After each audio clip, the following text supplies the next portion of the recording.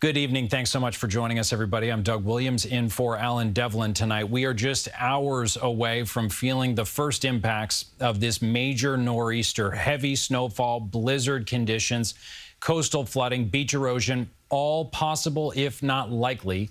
Right now, it is quiet in the city, but the sanitation department is gearing up, saying their 700 salt spreaders will be filled up and ready to go in time. A state of emergency has already been declared in much of New York and New Jersey. Alternate side parking has been suspended already for Monday.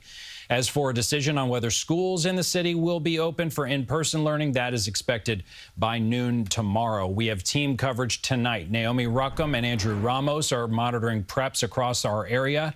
Let's begin, though, with meteorologist Vanessa Murdoch in our virtual studio. Vanessa, I know the forecast changed a lot throughout the day today. Yeah, well, we did see an increase in those total snowfall numbers, and I'm going to share those with you momentarily. We also anticipate more coastal impacts, and there's also, of course, the challenge of power outages as the winds are going to be cranking with this storm. So tomorrow and Monday, both first alert weather days as we deal with this nor'easter. It's going to strengthen rapidly off our coastline. We expect 12 to 18 inches for many, but 18 to 2 feet by the shoreline. We're talking about strong winds gusting 40 to 60 miles per hour. The potential for nearing 70-mile-per-hour gusts is there on the Twin Forks. And finally, as mentioned, blizzard conditions are also possible, and that means treacherous travel. Now, of course, things are looking grand out there right now, but when we see each other tomorrow night at 11:03, I'll tell you what, I expected this live picture to be completely blacked out by snow, obscured, if you will. Let's talk about our storm, our developing nor'easter. It doesn't look impressive on the satellite and radar images now, but tomorrow we see a little mixing early. Then tomorrow night into early Monday will be the most intense portions of the storm. By 3 o'clock Monday, it's winding down, but the damage will have been done. So let's talk about all of the alerts and warnings and, of course, the all-important snowfall totals. So you can see where we anticipate the biggest numbers, that 18 to 24 skimming the coastline, 12 to 18 for so many of us. That includes the city. And now we've kind of brought it all the way up to Sullivan, Ulster counties as well, because there we expect more powdery snowfall. We talked about the winds. Here's a look at those wind gusts, a little bit more lax, if you will, well, northwest of the city. But for the rest of us, especially close to the coast, we're going to near that 60-mile-per-hour mark and more. And yes, blizzard warning goes into effect tomorrow at 1 o'clock through 6 p.m. Monday. That means visibility will be down below a quarter of a mile for 3 hours or more because of blowing or falling snow. This is a warning. We'll see if it transpires. This is going to be a pretty interesting storm, and it will cause problems. Full forecast, more specifics on timing in my full first alert forecast. Doug, back to you. All right, Vanessa, well, thanks so much. And it certainly sounds like it's going to be a nor'easter for the books. And tonight, the tri-state is racing to prepare in time. The forecast intensified, as we said, in the span of just a few hours this afternoon. Long Island could get hit with some of the highest snow totals. Central Park could see its biggest snowfall in years. Naomi Ruchim tells us how communities from Long Island to the city are bracing for impact.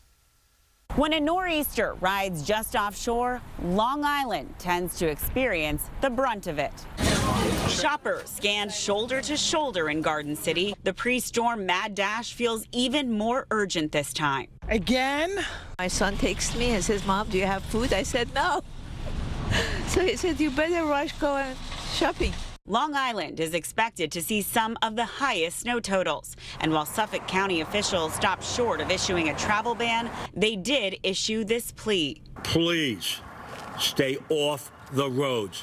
Do not plan to travel. Governor Hochul has already declared a state of emergency. 100 members of the New York National Guard have been activated. These are the people who might be able to get first responders to get out of their cars and get transported to a hospital if it's a nurse or a doctor who has to get there. Governor Hochul is also deploying this snow and ice rescue vehicle. They're able to pick up people who are stranded in their vehicles and transport 20 at a time. So I am sending this vehicle right to Long Island. The city is also bracing for what could be a history-making snowfall, just a month after the last storm paralyzed all 5 boroughs. New Yorkers have been complaining for weeks about the grimy mounds of stubborn ice left behind. Now, Mayor Mamdani says the city is course correcting. We have brought in outside mechanical snow clearing equipment ahead of the snowfall, an unprecedented early activation of this resource. Other changes, sanitation is beefing up staffing on every shift. The city is expanding geocoded tracking of bus stops, crosswalks, and ramps for snow clearing, and mandating a 4-foot path be cleared on all sidewalks for wheelchairs. The mayor also says the city is doing more to protect the city's homeless. 18 warming buses will be available. 11 health and hospitals warming spaces will be open. 13 school warming centers will operate across the city. And overdose prevention centers will remain open overnight through the blizzard. Let me be clear. No one will be denied shelter in our city. All of this comes after 18 deaths were linked to the last major storm and the brutally cold temperatures that followed. If the forecast holds, this could be the blizzard people talk about for years, a frightening combination of heavy snow and whipping winds. For now, the region is as ready as it can be. Now it's up to the storm. In Garden City, Long Island, Naomi Ruchim, CBS News, New York. Well, elsewhere in the region, readying itself right now, the city of Yonkers is gearing up for this snowstorm. It's warning residents there is no parking on its snow emergency routes. The mayor says cars parked in those areas need to be moved by midnight or risk being towed.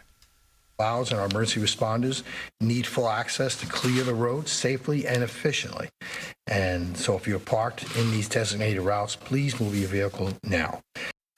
And, of course, with the state of emergency declared in Westchester County, officials are advising residents avoid unnecessary travel, charge all of your electronic devices in case of power outages, and secure outdoor items due to these expected high winds. And a state of emergency will go into effect tomorrow at noon in New Jersey. Officials there are bracing for what could be up to 2 feet of snow in some places and risks of erosion and dangerously high tides down the shore. Andrew Ramos has the latest for us. Just when you thought we were out of the woods, another winter storm once again zeroing in on New Jersey. I hope they're lying. This time around, the harsh blizzard conditions expected to pack a punch. Please stay off the roads. Keep those devices charged. If you can, plan to stay home on Monday. Governor Sherrill making a plea to residents to get their shopping done today and avoid the roads tomorrow, specifically Sunday night into Monday morning, where the state is expected to see a bulk of the snowfall, along with powerful winds, making for a dangerous combination. Visibility of less than a quarter mile can occur. Everybody's running around here going crazy, but I'm not doing that. No. It happens, it happens. As preparations get underway across the state, many cities, including Patterson and Jersey City, are finalizing their action plans to tackle this blizzard. Some looking for redemption after last month's storm served up multiple obstacles for cleanup efforts.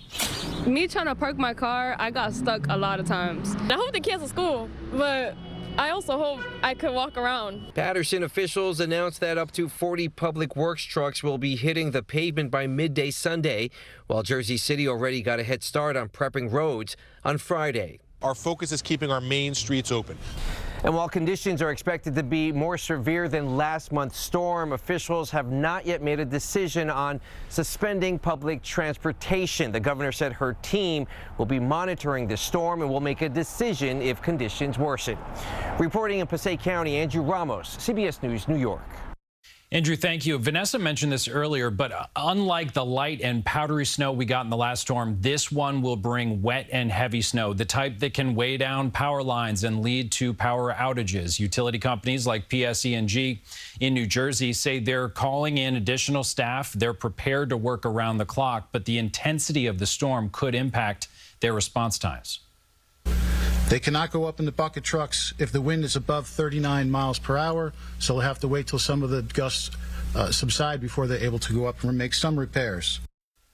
Also, you're encouraged to report outages or any downed power lines that you see. If you do lose power, experts say to bundle up, trap the heat by closing off unused rooms, placing towels underneath the doors, and trap the cold, the kind that keeps your food fresh, by keeping your fridge and freezer doors closed.